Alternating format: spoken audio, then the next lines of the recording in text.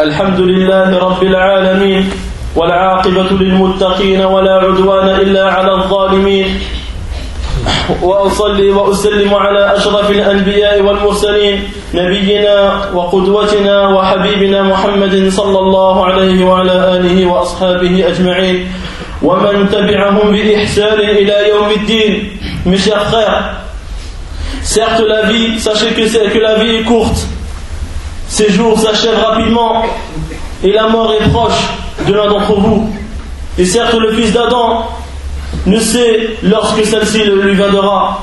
Et Allah subhanahu wa ta'ala a incité et a invité ses serviteurs à revenir vers lui, à se repentir. Allah subhanahu wa ta'ala dit dans son livre: ô vous qui avez cru, repentez-vous à Allah d'un repentir sincère. Et il a aussi dit subhanahu wa ta'ala: et repentez-vous et repentez tous devant Allah subhanahu wa ta'ala afin que vous récoltiez le succès. Allah subhanahu wa ta'ala a invité au repentir les pires ennemis, ses pires ennemis. Il a invité ceux qui ont dit que Allah subhanahu wa ta'ala c'était Jésus. Il a invité au repentir ceux qui disent que Allah c'est la Trinité. Il a invité au repentir ceux qui disent que Allah subhanahu wa ta'ala a la main fermée. Il a invité au repentir ceux qui disent qu'Allah subhanahu wa ta'ala a une femme et une épouse. Il a dit subhanahu wa ta'ala en parlant à tout cela, ne vont-ils donc pas se repentir à Allah et implorer de lui son pardon? Et certes Allah est pardonneur et miséricordieux. Allah subhanahu wa ta'ala a invité au repentir la pire des personnes sur cette terre qui est Pharaon, le pire des tyrans sur cette terre qui est Pharaon. Allah l'a invité à se repentir. Et il a dit, celui qui a dit qu'il était le Seigneur le plus haut, celui qui a dit qu'il n'y avait pas de divinité en dehors de lui, Allah subhanahu wa ta'ala a dit à Moussa et Haroun lorsqu'il les envoya vers Pharaon pour qu'ils reviennent à Allah, il dit: allez vers Pharaon, il s'est vraiment rebellé, parlez-lui gentiment, peut-être se rappellera-t-il ou me craindra. Allah subhanahu wa ta'ala a invité les polythéistes globalement à se repentir malgré leur action, malgré leur péché, malgré cette injustice qu'ils ont fait. Allah subhanahu wa ta'ala dit dans son livre: et s'ils se repentent, accomplissent la prière, donnent le monde, alors ils seront frères dans la religion. Il a invité aussi à repentir les hypocrites qui sont dans le plus bas endroit de l'enfer. Allah subhanahu wa ta'ala dit dans son livre: certes les hypocrites seront dans l'endroit le plus bas de l'enfer, et tu ne leur trouveras jamais de secoureurs, sauf ceux qui se repentent, s'améliorent, s'accrochent à Allah et vouent un culte exclusif à Allah subhanahu wa ta'ala. Certes ceux-là seront avec les croyants, et certes Allah subhanahu wa ta'ala a réservé aux croyants une immense récompense. Allah subhanahu wa ta'ala a aussi invité tous ces serviteurs qui ont fait le pire des péchés, qui est le polythéisme, ainsi que le meurtre, ainsi que la fornication. Et Allah subhanahu wa ta'ala, lorsqu'il a énuméré ces graves péchés dans Surat Al-Furqan, il a terminé en sa parole et dit: et quiconque fera cela encourra une punition, et le châtiment lui sera doublé le jour de la résurrection. Et il demeurera éternellement en enfer, humilié. Et il demeurera éternellement en enfer, humilié, à l'exception de ceux qui se repentent, croient, accomplissent des bonnes œuvres. Certes ceux-là, Allah subhanahu wa ta'ala changera leurs mauvaises actions en bonnes. Et Allah subhanahu wa ta'ala est pardonneur et miséricordieux. Mes frères, sachez que la repentir doit être fait rapidement, sur le tas, après que le péché soit fait. Il est interdit formellement de la repousser et de dire je vais me repentir plus tard, car cela est un péché, et tu rajoutes un péché à ton péché. Al-Imam al-Nawawi rahimahullah ta'ala dit, et les savants sont tous d'accord, sur le fait de faire que le repentir doit être fait directement après le péché, et il est interdit de le retarder. Et que si l'un d'entre vous fait cela, qu'il sache que cela est un péché rajouté aux autres qu'il aura fait. Anas ibn Malik radiyallahu anhu rapporte que le prophète sallallahu alayhi wa sallam a dit: certes Allah est plus heureux du repentir de son serviteur que l'un d'entre vous. Certes, Allah est plus heureux du repentir de son serviteur lorsqu'il revient à lui que l'un d'entre vous lorsqu'il perd sa monture alors qu'il est dans une terre vaste et désertique. Sur cette monture-là, il y avait toute sa nourriture, toute sa boisson. Alors, plein de désespoir, il va sous un arbre et se couche sous l'ombre de cet arbre-là, rempli de désespoir, rempli de crainte. Il ne sait pas qu'est-ce qui va lui arriver. Et soudainement, il voit sa monture devant lui. Il voit sa monture devant lui. Alors, plein de joie, plein de joie, son cœur rempli de joie, il dit: Allah, ya Allah, tu es mon serviteur et je suis ton Seigneur. Il a fait une faute, il a fauté, comme le prophète sallallahu alayhi wa sallam dit dans la fin du hadith. Il a fauté à cause de la forte joie qu'il avait dans son cœur. Allah subhanahu wa ta'ala, mon frère, lorsque tu reviens à lui, lorsque tu fais un péché et que tu reviens à lui, tu dis: Ya Allah, je reconnais que j'ai fait un péché. Ya Allah, je me suis fait de l'injustice. Ya Allah, je t'ai désobéi, tu mérites pas, et ta grandeur ne mérite pas d'être que tu sois désobéi. Mais je reviens à toi, je sais que tu acceptes le repentir. Allah subhanahu wa ta'ala est plus heureux que cette personne-là lorsqu'il retrouve sa monture. Cette personne-là qui a failli mourir, qui était au bord de la soif, il allait mourir assoiffé, affamé. Imaginez-vous cette joie qu'il avait dans son cœur lorsqu'il a retrouvé sa monture. Et Allah subhanahu wa ta'ala est plus heureux que cette personne-là lorsque son serviteur se repent à lui. Alors ne soyez pas avares envers vous, mes frères. Oh mon frère qui est rempli de péchés, oh mon frère qui fait des péchés, ne désespère pas de la miséricorde d'Allah et reviens à lui. Et reviens à lui. Certes, Allah subhanahu wa ta'ala t'accueillera et Allah subhanahu wa ta'ala ne rejette pas celui qui va vers lui. Et sachez mes frères que le repentir qui est accepté chez Allah subhanahu wa ta'ala, ce repentir sincère, Allah subhanahu wa ta'ala a conditionné, a mis des conditions pour que ce repentir soit accepté. La première condition, c'est de s'écarter de ce péché-là. Lorsque toi, mon frère, tu fais un péché, la première condition pour que ton repentir soit accepté, c'est la première étape pour repentir, c'est de s'écarter premièrement de ce péché-là. La deuxième condition, de regretter d'avoir fait ce péché-là. Il ne suffit pas de s'écarter. Il ne suffit pas de s'écarter alors que ton cœur ne regrette pas ce que tu as fait. La troisième condition, d'être déterminé, d'avoir la détermination de ne plus revenir à ce péché-là. De se dire, avec l'aide d'Allah, je ne vais plus refaire ce péché-là.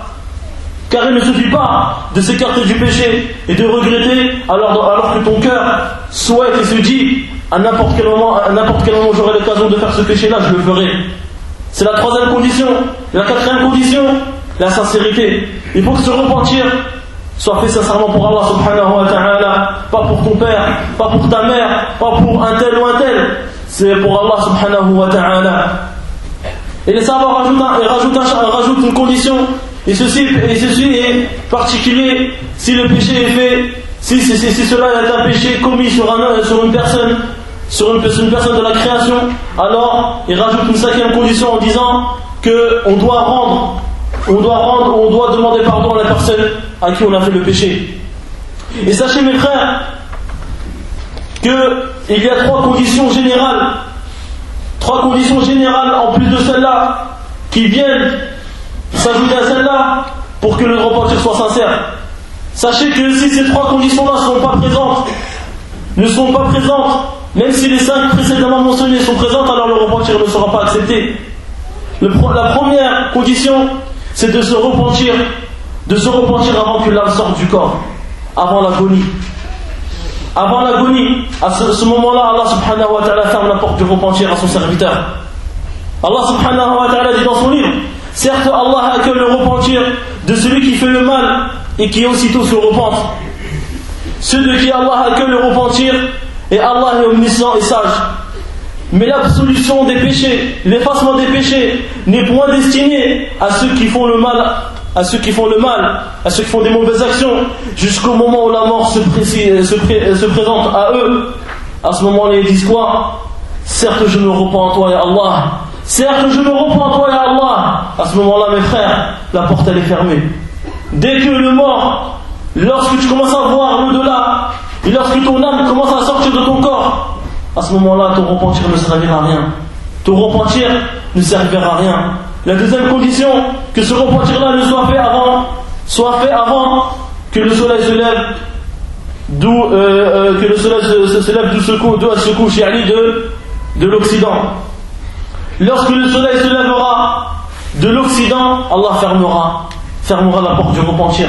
Même si tu es vivant, même si tu es encore sur cette terre-là, tu respires, tu dis à Allah, ya Allah, je me repens de tel péché, la porte elle est fermée. La porte elle est fermée. Allah a décidé de cela. Allah dit dans son livre, qu'attend-il que les anges viennent à eux? Yani Allah subhanahu wa ta'ala, lorsqu'il parle des polythéistes, il dit, attend-il que les anges viennent à eux, ou leur Seigneur, ou un de ces signes? Le moment où à ce moment-là, au moment que certains de ces signes viendront, la foi de l'un d'entre eux, la foi ne sera utile qu'à celui qui aura cru auparavant et fait des bonnes actions. À ce moment-là, celui qui se repent envers Allah et celui qui veut faire des bonnes actions, Allah l'acceptera. Il n'acceptera pas son repentir et ses bonnes actions. Et la dernière condition, et ça, on demande à Allah subhanahu wa ta'ala de nous protéger de cela, que le repentir ne se soit fait avant que le châtiment arrive sur un peuple. Lorsque Allah subhanahu wa ta'ala a décidé de châtier, de faire descendre un châtiment douloureux sur un peuple, alors à ce moment-là, aucun repentir ne sera accepté. Aucun repentir ne sera accepté. Si Allah subhanahu wa ta'ala a décidé de détruire une contrée, tous les gens de cette contrée-là, qui faisaient des péchés avant et qui veulent se repentir, cela ne leur sera d'aucune utilité. Allah subhanahu wa ta'ala dit dans son livre, lorsqu'ils ont vu notre châtiment, et en parlant de ceux qui ont été châtiés, les polythéistes, ils ont dit, oh Allah, on croit en toi seul, et nous avons mécru sur toutes les, et nous mécroyons toutes les choses sur lesquelles on te donnait des associés. Alors Allah dit subhanahu wa ta'ala à la fin de ce verset, leur foi ne leur était d'aucune utilité lorsqu'ils ont vu notre châtiment. Leur foi ne leur a été d'aucune utilité lorsqu'ils ont vu notre châtiment. Craignez Allah mes frères, repentez-vous vers Allah subhanahu wa ta'ala, repentez-vous à lui, ne la retardez pas. Le prophète sallallahu alayhi wa sallam disait, certes j'implore d'Allah son pardon et je me repens à lui plus de 100 fois dans la journée, alors que dans un autre hadith le prophète sallallahu alayhi wa sallam il informe que Allah subhanahu wa ta'ala lui a pardonné tous ses péchés. Le prophète sallallahu alayhi wa sallam fait cela alors que dire de nous, repens-toi mon frère, mon frère qui se noie dans les péchés, mon frère qui se noie dans les péchés, repens-toi avant que cela soit trop tard. Repens-toi vers Allah subhanahu wa ta'ala et ne désespère pas de sa miséricorde. Et ne dis pas que Allah subhanahu wa ta'ala n'acceptera pas nos repentir.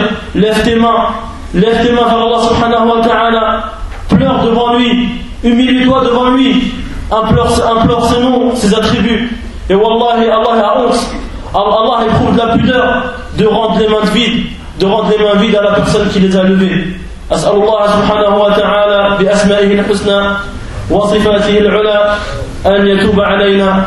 اللهم تب علينا، اللهم يا تواب تب علينا، اللهم يا تواب تب علينا، اللهم يا تواب تب علينا، اللهم اغفر لنا، اللهم يا غفور اغفر لنا، اللهم يا غفور اغفر لنا، يا حي يا قيوم يا ذا الجلال والإكرام. اللهم ربنا آتنا في الدنيا حسنة وفي الآخرة حسنة وقنا عذاب النار. اللهم ربنا اغفر لنا ولإخواننا الذين سبقونا بالإيمان ولا تجعل في قلوبنا غلا للذين آمنوا ربنا إنك رؤوف رحيم. اللهم ارحم موتانا، اللهم ارحم موتانا، اللهم ارحم موتانا، اللهم اشف مرضى المسلمين، اللهم اشف مرضى المسلمين، اللهم اشف مرضى المسلمين يا حي يا قيوم يا ذا الجلال والإكرام. اللهم أصلح ولاة أمور المسلمين. اللهم أصلحهم، اللهم يا حي يا قيوم وفقهم لتحكيم شريعتك، اللهم وفقهم لتحكيم شريعتك يا ذا الجلال والإكرام.